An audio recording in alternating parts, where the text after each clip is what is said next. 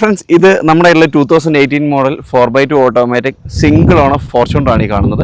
അപ്പോൾ ഈ ഒരു വീഡിയോൻ്റെ ഒരു ബേസിക് ഉദ്ദേശം എന്ന് വെച്ചാൽ വേറൊന്നുമല്ല, ഇതിൻ്റെ ഒരു ഫുൾ ഇൻസ്പെക്ഷൻ വീഡിയോ ആണ്. അപ്പോൾ നമ്മളൊരു വെഹിക്കിൾ എങ്ങനെയാണ് ഇൻസ്പെക്ട് ചെയ്യുന്നത്, അതേപോലെ തന്നെ എന്താണ് ഈ ഒരു വെഹിക്കിളിൻ്റെ കണ്ടീഷൻ കാര്യങ്ങളൊക്കെയാണ് ഈ ഒരു വീഡിയോയിൽ ഇൻക്ലൂഡ് ചെയ്യാൻ ഉദ്ദേശിക്കുന്നത്.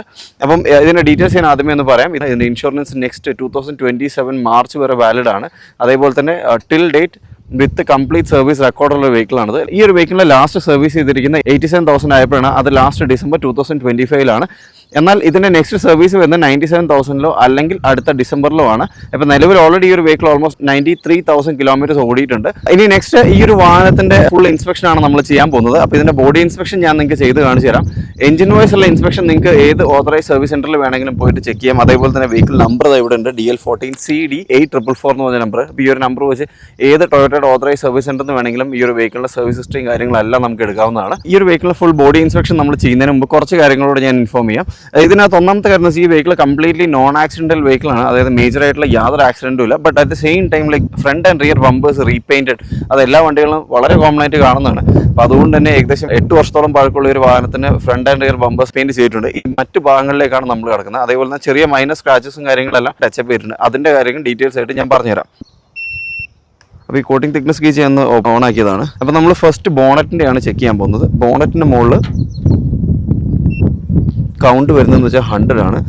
നമുക്കൊരു വെഹിക്കിൾ ഇൻസ്പെക്ട് ചെയ്യുന്ന സമയത്ത് ആക്ച്വലി 50 to 150, അതായത് ടൊയോട്ട എന്ന് പറഞ്ഞൊരു വാഹനത്തിനാണെങ്കിൽ 50 to 150 എന്ന് പറഞ്ഞൊരു ഗേജാണ് കാണിക്കുന്നതെങ്കിൽ അത് റീപെയിൻറ്റഡ് അല്ല എന്നുള്ളതാണ്. അപ്പം ഇതിൻ്റെ മുകളിൽ നമ്മൾ ചെക്ക് ചെയ്യുന്ന സമയത്ത് വന്നത് 100 എന്നാണ്. 102 ഇത് വളരെ കോമൺ ആയിട്ടുള്ളതാണ്. ഓക്കെ, ഇനി നെക്സ്റ്റ് എന്ന് പറയുന്നത് നമ്മൾ ഈ ഒരു സൈഡിലേക്ക് ചെക്ക് ചെയ്യാം. കാരണം നമ്മൾ ഒരു ഭാഗം ചെക്ക് ചെയ്യുന്ന സമയത്ത് ഒരു പോർഷൻ മാത്രം ചെക്ക് ചെയ്തിട്ട് കാര്യമില്ല. ഇതിൽ 100 ആണ് വരുന്നത്. ഓക്കെ, ഇനി സെയിം ടൈം നമുക്ക് ആ ഒരു എൻഡും കൂടെ ഈ ഒരു എൻഡും കൂടെ നമുക്കൊന്ന് ചെക്ക് ചെയ്യാം. 93.5. ഓക്കെ, അപ്പം ഈ ഒരു ബോണറ്റിൻ്റെ സൈഡിൽ ബോണറ്റ് റീപെയിൻറ്റോ കാര്യങ്ങളൊന്നുമില്ല. ഓക്കെ, ഇനി നമ്മൾ ഇത് ആക്ച്വലി ഫൈബർ പാർട്ടാണ്. അപ്പോൾ ഇവിടെ നമുക്ക് എന്തായാലും ചെക്ക് ചെയ്യാൻ പറ്റില്ല. ഫൈബർ പാർട്ടിൻ്റെ മുകളിൽ നമുക്ക് ഈ മെറ്റീരിയൽ വെച്ച് റീപെയിൻറ്റിങ് ചെയ്തിട്ടുണ്ടോ ഇല്ലയോ എന്നുള്ളത് മനസ്സിലാവില്ല. പക്ഷേ വേണമെങ്കിൽ ഞാൻ കാണിച്ചു തരാം ഇതിൻ്റെ മുകളിൽ റീഡിങ് എടുക്കുമോ ഇല്ലയോ എന്നുള്ളത്. കണ്ടോ, സൗണ്ട് ആക്ച്വലി വരുന്നില്ല.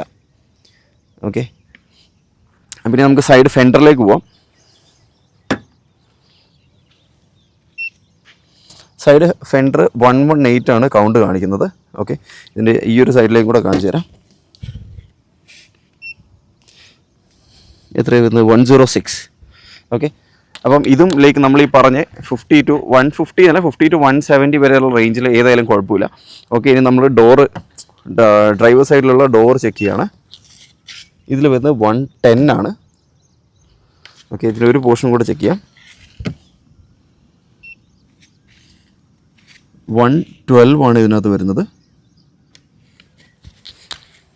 ഇനി നമുക്ക് റിയർ ഡോർ ചെക്ക് ചെയ്യാം. ഇതിനകത്ത് 97.5 ആണ് വരുന്നത്. ഇതിൻ്റെ താഴെയും കൂടെ നമുക്കൊന്ന് ചെക്ക് ചെയ്യാം. ഇതിൽ 87.3 ആണ് വരുന്നത്. ഓക്കെ, ഇനി റിയർ പാനൽ ചെക്ക് ചെയ്യാം.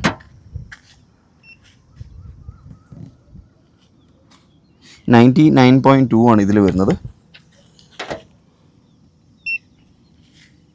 ഇതിലിതാ 111 ആണ് ഇതിൽ കാണിക്കുന്നത്. ഓക്കെ, അപ്പോൾ ഇത്രയും സൈഡിൽ എന്തായാലും റീപെയിൻറ്റോ കാര്യങ്ങളൊന്നും ഇല്ല എന്നുള്ളത് ക്ലിയർ ആണ്. ഓക്കെ, ഇനി നമ്മൾ ഡിക്കിയിലേക്ക് വരികയാണ്. ചെയ്തിട്ടുണ്ടാകുമ്പോൾ ഇത് 171 ആണ്. അപ്പോൾ ആക്ച്വലി ഇതിൽ ഈ ഒരു പോർഷൻ എന്തായാലും അവർ ചെറിയ ടച്ചപ്പ് ചെയ്തിട്ടുണ്ട് ഈ ഒരു ഡിക്കിൻ്റെ സൈഡിൽ. ഇത് 168 ആണ് വരുന്നത്. ഓക്കെ, ആക്സിഡൻ്റൽ ആയിട്ടുള്ള പോർഷൻ അല്ലാത്തതുകൊണ്ടാണ് ഈ ഒരു കൗണ്ട് വരുന്നത്. ഓക്കെ, ഇനി നമുക്ക് ഈ ഒരു പാനലിലേക്ക് പോവാം. ഓക്കെ, ഈ ഡിക്കിയും അതേപോലെ തന്നെ ഇവിടെയും ഒരു ടച്ചപ്പ് ചെയ്തിട്ടുണ്ട്. കാരണം ഇവിടെ സ്ക്രാച്ചസ് വന്നുകൊണ്ടുള്ള ടച്ചപ്പ് ചെയ്തതാണ്. ഇത് ഞാൻ ഓൾറെഡി ഇൻസ്പെക്ട് ചെയ്തപ്പോൾ കണ്ടത്. 263 ആണ് ഈ ഒരു സൈഡിൽ കൗണ്ട് വരുന്നത്. ഓക്കെ, ഇനി അറ്റ് സെയിം ടൈം നമുക്ക് ഈ ഒരു സൈഡിലേക്ക് ചെക്ക് ചെയ്യാം. 226. അപ്പം ഇത് യൂഷ്വലി പറഞ്ഞു കഴിഞ്ഞാൽ നമ്മളിപ്പോൾ എന്തെങ്കിലും മൈനസ് സ്ക്രാച്ചസോ കാര്യങ്ങളൊക്കെ വരുന്ന സമയത്ത് നമ്മൾ ടച്ചപ്പ് ചെയ്ത് കഴിഞ്ഞാൽ സ്വാഭാവികമായിട്ടും ഈ ഒരു റേഞ്ചിലായി 200 to 250 അടുത്ത് വരെ വരും. പക്ഷേ മേജറായിട്ട് പുട്ടിയൊക്കെ ഇട്ട് കഴിഞ്ഞാൽ അത് 500, 800 ഒക്കെ അതിനേക്കാട്ട് മേലെയൊക്കെ പോകാനുള്ള സാധ്യതകളുണ്ട്. ഓക്കെ, ഇനി നമുക്കത് ഈ ഒരു സൈഡിൽ ചെക്ക് ചെയ്യാം. ഇത് 192 ആണ് വരുന്നത്. കാണുന്നുണ്ടോ?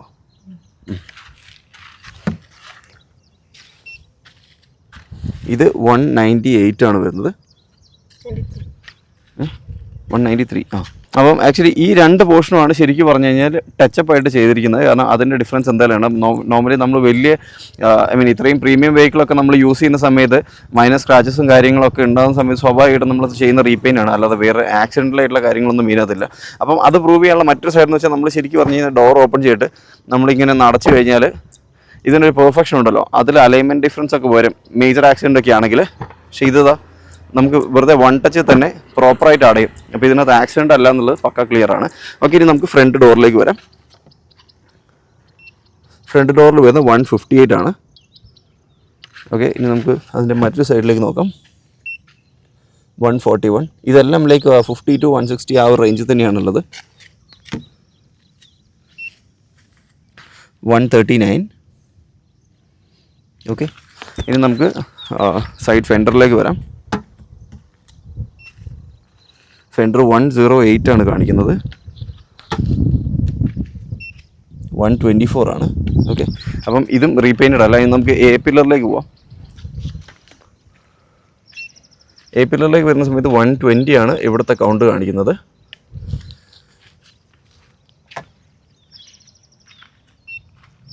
117 ആണ് ഈ ഒരു കൗണ്ട് കാണിക്കുന്നത്.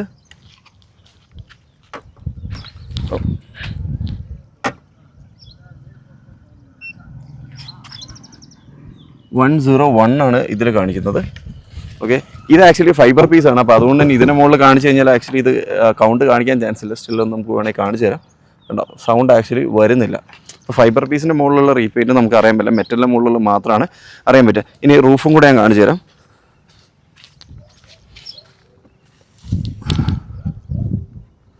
ഇവിടേക്കുന്നോ റൂഫിന് മുകളിൽ 96.9 ആണ് വരുന്നത്. ഓക്കെ, ഞാൻ കുറച്ചുകൂടെ സെൻറ്ററിലേക്ക് വെച്ച് തരാം. കാണുന്നുണ്ടോ? 96.8 ആണ് ഇവിടെ കാണിക്കുന്നത്. ഓക്കെ, നമുക്ക് ബാക്ക് സൈഡിൽ നിന്നും കൂടെ റൂഫ് ഞാൻ കാണിച്ചു തരാം.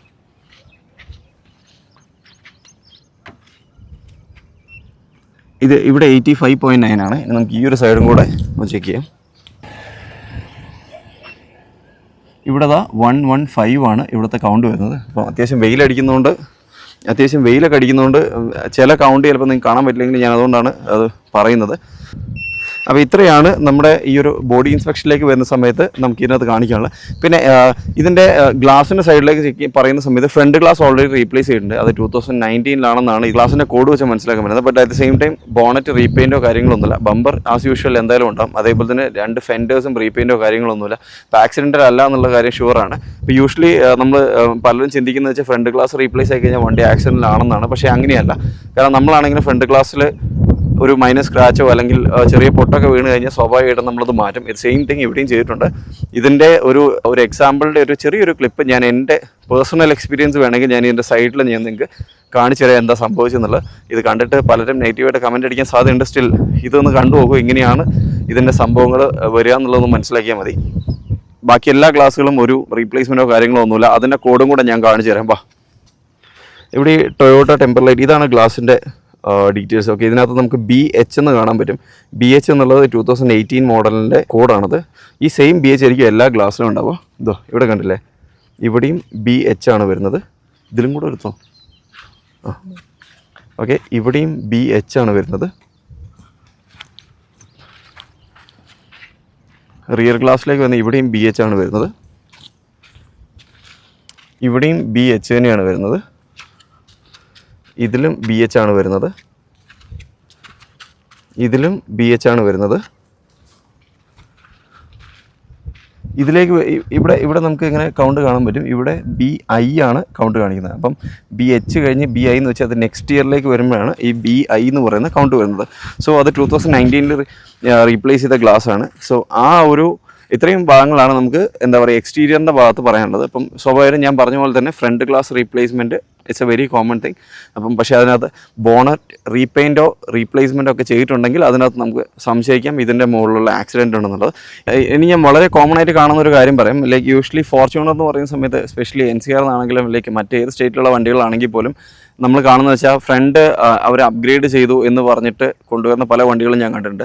ഇതിൻ്റെ ഒരു ചെറിയൊരു പോർഷൻ ഞാൻ നിങ്ങൾക്ക് പറഞ്ഞുതരാം. യൂഷ്വലി എന്താ സംഭവിക്കുന്ന വെച്ചാൽ ചെറിയൊരു മൈനർ ആക്സിഡൻറ്റോ മേജറോ ആക്സിഡൻറ്റ് ആവാം. അപ്പോൾ അങ്ങനെ വരുന്ന സമയത്ത് ഇവരെന്ത് ചെയ്യുന്നത് വെച്ച് കഴിഞ്ഞാൽ ഒരു ഫസ്റ്റ് മോഡലാണെങ്കിൽ അത് ഓക്കെ റീസെൻ്റിലേക്ക് അപ്ഗ്രേഡ് ചെയ്യാമെന്ന് പറയും. റീസെൻ്റിലേക്ക് അപ്ഗ്രേഡ് ചെയ്യുന്ന സമയത്ത് അതിൻ്റെ പാർട്സിൻ്റെ കോസ്റ്റ് എത്രയാണെന്ന് നിങ്ങൾ ചിന്തിച്ചാൽ മതി. ഏതൊരു യൂസ്ഡോ അല്ലെങ്കിൽ ഇമ്പോർട്ടഡോ പാർട്സ് ആയിരിക്കും മോസ്റ്റ്ലി യൂസ് ചെയ്യുന്നത്. അല്ലെങ്കിൽ ഈവൻ മുമ്പത്തെ അതായത് കമ്പനിയുടെ ആ ഒരു മോഡലിലെ സെയിം പ്രോഡക്റ്റാണ് യൂസ് ചെയ്യുന്നതെങ്കിൽ പോലും ലൈക്ക് ഓൾമോസ്റ്റ് സെയിം കോസ്റ്റ് തന്നെയാണ് വരുന്നത്. അപ്പോൾ അപ്ഗ്രേഡ് ചെയ്യുന്ന സമയത്ത് യൂഷ്വലി എല്ലാവരും അപ്ഗ്രേഡ് ചെയ്യും. യൂഷ്വലി ഒരു ഓണർ എന്താ പറയുക അയാളുടെ വണ്ടി ലൈക്ക് വെറുതെ ഒരു കാരണം കൊണ്ട് അപ്ഗ്രേഡ് ചെയ്യുന്ന വളരെ റെയർ കേസസ് ആണ്. വളരെ ലിമിറ്റഡ് ആയിട്ട് അത് ചെയ്യാത്തവരില്ല എന്നല്ല, ചെയ്യുന്നവരില്ല എന്നല്ല, പക്ഷേ അങ്ങനെ ചെയ്യുന്ന മോസ്റ്റ്ലി എന്തെങ്കിലും ആക്സിഡൻ്റ് ആകുന്ന സമയത്ത് ഒരു ഇമ്പാക്റ്റ് വണ്ടിയുടെ ഫ്രണ്ട് ഭാഗത്ത് ഉണ്ടാകുന്ന സമയത്താണ് അങ്ങനെ അപ്ഗ്രേഡ് ചെയ്യാറ്. അപ്പോൾ അങ്ങനെ ചെയ്യുന്ന സമയത്ത് ജസ്റ്റ് ഇത്രയും ചിന്തിച്ചാൽ മതി, ഇതിൻ്റെ ഉള്ളിലേക്ക് വരുന്ന ഈ ഒരു ആക്സിഡൻറ്റ് കാരണം ഈ വെഹിക്കിളിനകത്തേക്ക് വരുന്ന ഇമ്പാക്റ്റ് എത്രത്തോളം വലുതാണ് അല്ലെങ്കിൽ എത്രത്തോളം ചെറുതാണെന്നുള്ളത് നമുക്ക് മനസ്സിലാക്കാൻ പറ്റില്ല. അപ്പോൾ അതുകൊണ്ട് തന്നെയാണ് നമ്മൾ കൊണ്ടുവരുന്ന സമയത്ത് മാക്സിമം ഇങ്ങനത്തെ ഫേസ് ലിഫ്റ്റ് ചെയ്തു എന്ന് പറയപ്പെടുന്ന വാഹനങ്ങൾ കൊണ്ടുവരാത്തത്. അപ്പോൾ ഇത് ആക്ച്വലി ഫേസ് ലിഫ്റ്റോ കാര്യങ്ങളോ ഒന്നും ചെയ്തിട്ടില്ല. ഇതിന് മുകളിലുള്ളതെല്ലാം ജെന്യുവൻ ആയിട്ടുള്ള കമ്പനി പാർട്സ് തന്നെയാണ്. അപ്പോൾ അങ്ങനത്തെ ആക്സിഡൻ്റൽ ഹിസ്റ്ററി എന്തായാലും ഈ ഒരു വെഹിക്കിളിന് ഇല്ല. പിന്നെ ഓതറൈസ് സർവീസ് സെൻറ്ററിൽ നിങ്ങൾക്ക് ചെക്ക് ചെയ്ത് ഇതിൻ്റെ ഫുൾ ഡീറ്റെയിൽസ് നിങ്ങൾക്ക് അറിയാൻ പറ്റും. ഞാൻ എൻ്റെ ബോണറ്റും കൂടെ തുറന്ന് കാണിച്ചു തരാം. ഇതിൽ ഈ ഫ്രണ്ട് ഗ്ലാസ് റീപ്ലേസ് ആയതുകൊണ്ട് തന്നെ പലർക്കും കൂടുതൽ സംശയങ്ങൾ വരാം. അപ്പോൾ അതുകൊണ്ട് ഒരു കാര്യം കൂടെ ഞാൻ പറഞ്ഞുതരാം. ഒരു വെഹിക്കിൾ ആക്സിഡൻ്റ് ആയി കഴിഞ്ഞാൽ സംഭവിക്കുന്ന ഒരു കാര്യം എന്ന് വെച്ച് കഴിഞ്ഞാൽ ഈ ഒരു ബോണറ്റും ഈ ഒരു ഫെൻഡറും തമ്മിലുള്ള അലൈൻമെൻ്റ് ഉണ്ട്.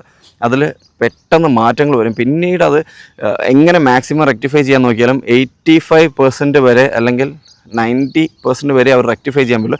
എന്നാലും ഒരു ചെറിയ ചേഞ്ചസ് ഒക്കെ കാണും. അതിന് പല റീസൺസ് ഉണ്ട്.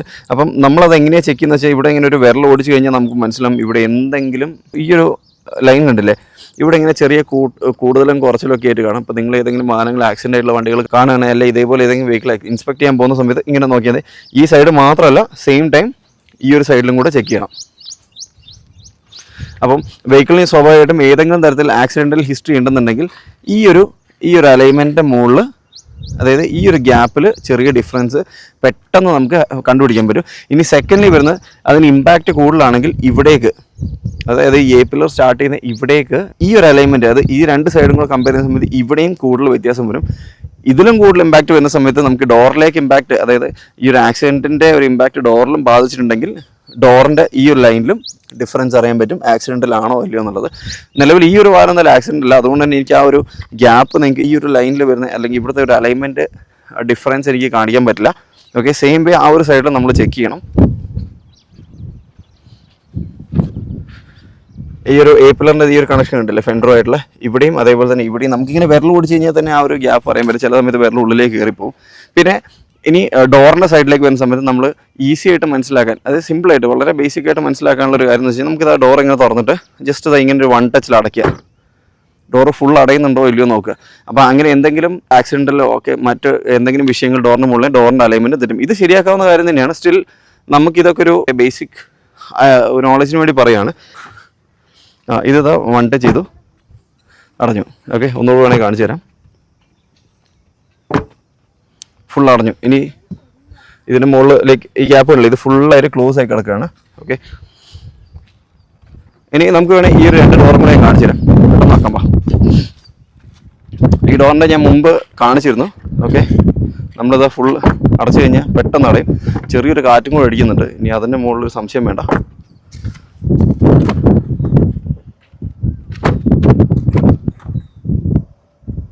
വൺ ടച്ച് ചെയ്ത് കഴിഞ്ഞാൽ അടയും. ഓക്കെ, ഇനി നമ്മൾ ഡിക്കിയിലേക്ക് വരികയാണ്. ഡിക്കി ഇത് ആക്ച്വലി വൺ ടച്ച് ആണ് ഇതിൻ്റെ ഇത് വരുന്നത്. ഓക്കെ, നമ്മൾ ടച്ച് ചെയ്യുന്ന സമയത്ത് തന്നെ ഡോറ് തുറന്നു വരും.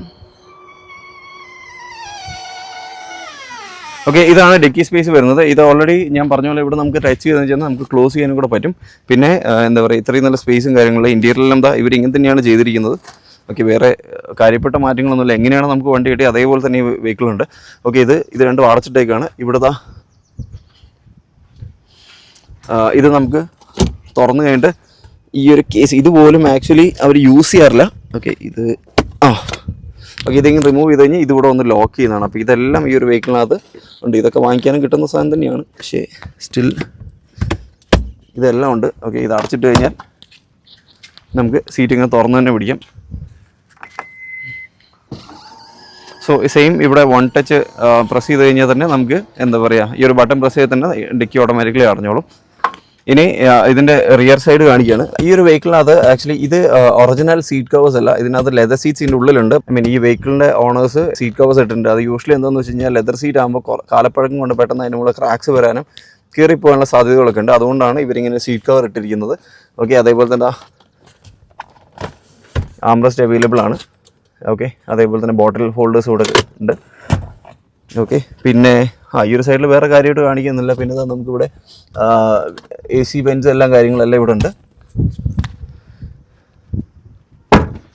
ഈ ഒരു ഡോർ തുറക്കുന്ന സെയിം ലൈക്ക് സീറ്റ് കവേഴ്സ് എല്ലാം ഈ പറഞ്ഞ പോലെ സീറ്റ് കവേഴ്സ് ഇട്ടാണ്. ഇതിനുള്ളിൽ ഒറിജിനൽ ലെതർ സീറ്റ്സ് ഓൾറെഡി ഉണ്ട്. ഓക്കെ, പിന്നെ ഫ്ലോറിംഗ് എല്ലാം കാണാം, ഇങ്ങനെ തന്നെയാണുള്ളത്. 93,165 കിലോമീറ്റേഴ്സാണ് നിലവിൽ ഈ ഒരു വാഹനം ഓടിയിരിക്കുന്നത്. പിന്നെ സൈഡിലേക്ക് നോക്കുന്ന സമയത്ത് നമുക്ക് ട്വീറ്റേഴ്സും അതേപോലെ സ്പീക്കേഴ്സും എല്ലാം ഉണ്ട്. ഇനി ഇത് 4x2 ഓട്ടോമാറ്റിക് ഉണ്ട്. ഇതിനകത്തുള്ള മറ്റു കുറച്ച് കാര്യങ്ങൾ പറയാം. ഫസ്റ്റ് തിങ്, ഇതിനകത്ത് 2 കീസ് അവൈലബിൾ ആണ്. ഓക്കെ, നമുക്ക് 2 കീസ് ഇവിടെ വയ്ക്കാം. ഇനി രണ്ടാമത്തെ കാര്യം എന്ന് വെച്ചാൽ ഇതിനകത്ത് പാഡൽ ഷിഫ്റ്റ് അവൈലബിൾ ആണ്. അതേപോലെ ലൈക്ക് ഓട്ടോമാറ്റിക് ആണെന്ന് പറഞ്ഞ പോലെ തന്നെ സ്പോർട്സ് മോഡ് അവൈലബിൾ ആണ്. ഈ ഒരു വെഹിക്കിളാന്ന് നോക്കി കഴിഞ്ഞാൽ എക്കോ മോഡ് അതേപോലെ നോർമലും പവർ മോഡും വരുന്നുണ്ട്. ഡ്രൈവിംഗ് എല്ലാ കാര്യത്തിലും വളരെ കംഫർട്ടബിളും സ്മൂത്തുമാണ്. പിന്നെ ഇവിടെ നമുക്ക് ഈ ഒരു വെഹിക്കിളിനകത്ത് ഇതിൻ്റെ തന്നെ ആണെന്ന് തോന്നുന്നു, ഇതിൻ്റെ തന്നെ റിമോട്ടും അവൈലബിൾ ആണ്. ഓക്കെ, യൂഷ്വലി നമ്മൾ മറ്റ് വണ്ടികളിലൊക്കെ പോകുന്ന സമയത്ത് ഈ ഇൻഫോർടൈൻമെൻറ്റ് സിസ്റ്റത്തിൻ്റെ ഇത് തന്നെയാണെങ്കിൽ ഞാൻ ആക്ച്വലി ട്രൈ ചെയ്ത് നോക്കിയിട്ടില്ല. ഓക്കെ, ഈ റിമോട്ട് ഇതിൻ്റെ തന്നെയാണെന്നുണ്ടെങ്കിൽ ഇതും അവൈലബിൾ ആണ്. അപ്പോൾ ഇതിനകത്ത് കിടന്ന റിമോട്ടാണിത്. ഓക്കെ, ഇനി നമ്മൾ ഇതിൻ്റെ AC ചെക്ക് ചെയ്യാൻ പോവാണ്. AC എങ്ങനെയാണ് ചെക്ക് ചെയ്യുന്നതും കൂടെ കാണിച്ചു തരാം. ഓക്കെ, ഫസ്റ്റ് ഞാൻ ഈ വെഹിക്കിൾ ഒന്ന് സ്റ്റാർട്ട് ചെയ്യട്ടെ. ഓക്കെ,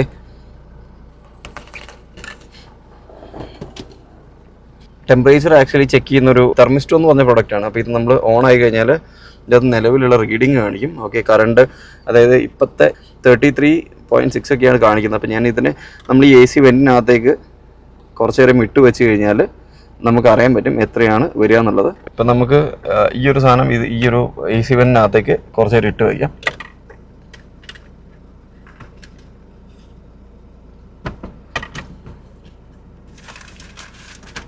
ഇത് നമ്മളൊരു 10 മിനിറ്റ് ഇട്ട് വെച്ച് കഴിഞ്ഞാൽ എത്രയാണ് ഇതിനകത്ത് വരുന്ന ഡിഫറൻസ് അറിയാൻ പറ്റും.